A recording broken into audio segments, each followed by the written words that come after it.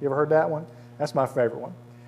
I joke around about that, but sometimes we get a lot of lemons in life, don't we? Now, if I can dissect that a little bit, if you're not familiar with the phrase, life gives you lemons.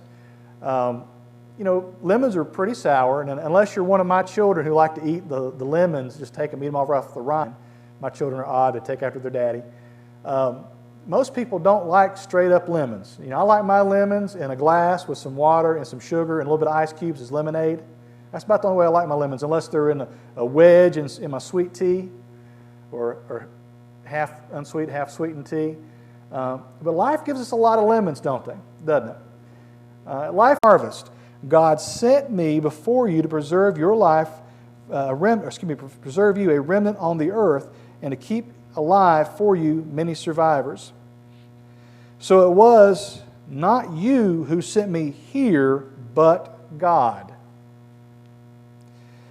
He has made me a father to Pharaoh and lord of all his house and ruler over all the land of Egypt.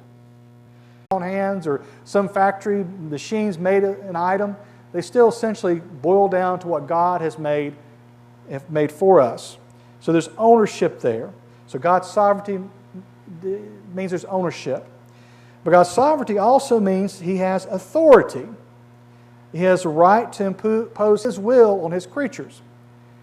He has authority over us. As one commentator puts it, His commands are never arbitrary, but He explained and passed off this brother Joseph as being mauled and died and killed. Taken to Egypt out the coast. I didn't think about an inland ferry over a river. We got so far down this road we couldn't turn around.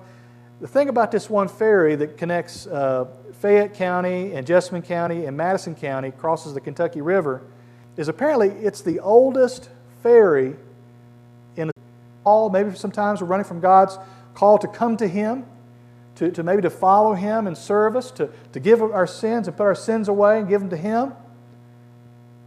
Maybe we've been following in Ezra 9, 6 through 7. Oh my God, I am ashamed and blush to lift my face to you, my God, for our iniquities have risen higher than our heads.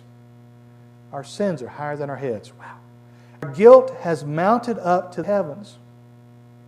You see, we have to go through 4a, and really important here. For I know my transgressions, my sin is ever before me. Against you only have I sinned